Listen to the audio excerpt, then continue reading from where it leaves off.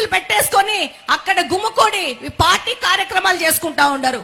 దీని మీద కలెక్టర్ గారికి, కార్పొరేషన్ కమిషనర్ గారికి, అలాగనే డిప్యూటీ సీఎం గారి దృష్టికి తీసుకెళ్తున్నాను. దీంట్లో మేము కూడా మా ప్రయత్నం చేసినాము.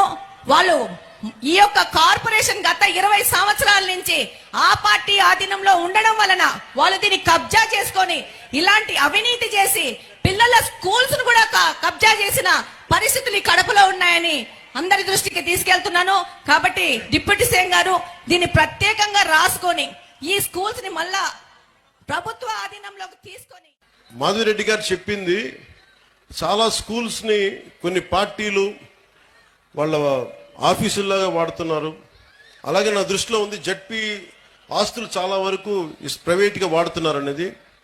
కలెక్టర్ గారికి కూడా నేను విజ్ఞాపన ఇస్తున్నాను. నేను ముఖ్యంగా ఈ స్కూల్స్ వైఎస్ఆర్ కడప జిల్లాలో ఎవరైనా సరే స్కూల్స్కి కాకుండా ఏదైనా సరే మిగతా వాటికి వాడుతుంటే వెంటనే వాటి మీద ఒక స్పెషల్ డ్రైవ్ చేసి, ఎందుకంటే స్కూల్స్కి బిడ్డల జోలికి వచ్చేది అది ఏదైనా సరే మీరు చాలా తీవ్రమైన చర్యలు తీసుకోండి. దాన్ని కలెక్టర్కి నేను సభాముఖంగా తెలియజేస్తాను.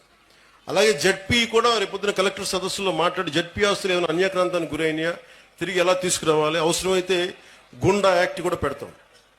ఎందుకంటే చాలా బలమైన ప్రభుత్వ ఆస్తుల్ని కానీ పాఠశాలల్ని కానీ ఏదైనా సరే ప్రైవేట్ వ్యక్తులు కబ్జా చేస్తే we will open up, they will be booked under goonda act. గుర్తుపెట్టుకోండి.